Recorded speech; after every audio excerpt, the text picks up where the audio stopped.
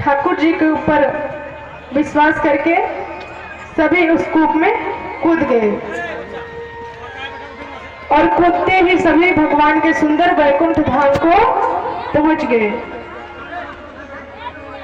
अब सबने देखा कि वहां सिंहासन पर हमारे भगवान श्री नारायण विद्यमान हैं। सभी उनका दर्शन कर रहे हैं। वहां पर बहुत से सेवक हैं, द्वारपाल हैं, सभी खड़े हैं।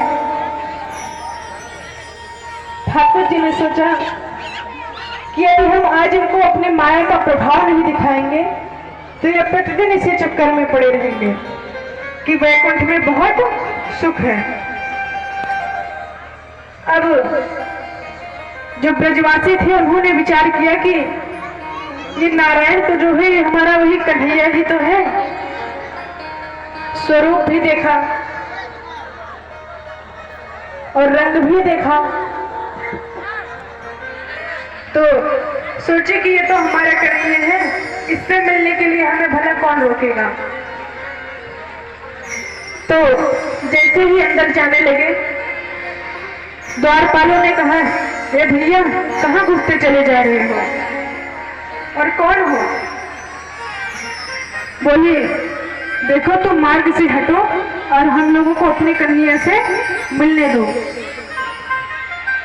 हम उसके ब्रजवासी हैं, वो देखते ही हम लोगों को पहचान लेगा।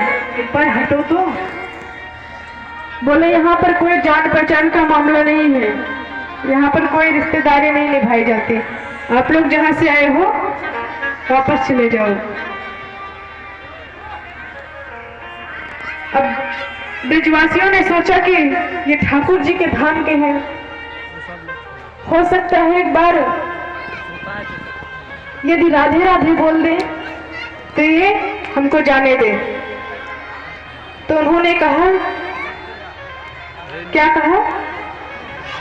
हाँ। तो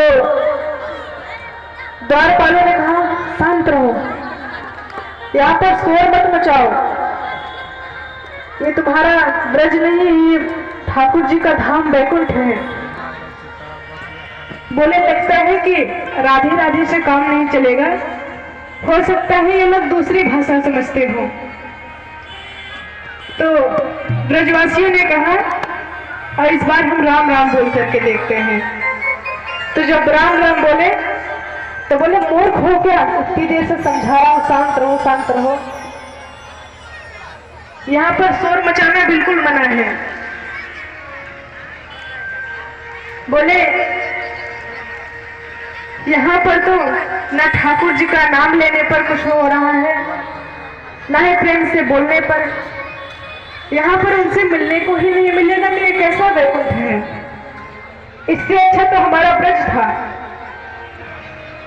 जहाँ पर हमें कम से कम कन्हैया हमेशा हमारे साथ तो रहता था। हम उसके साथ खेलते थे, गैया चराने जाते थे, प्रतिदिन उससे मिलते थे, पूरे दिन दिन उसके साथ रहते थे।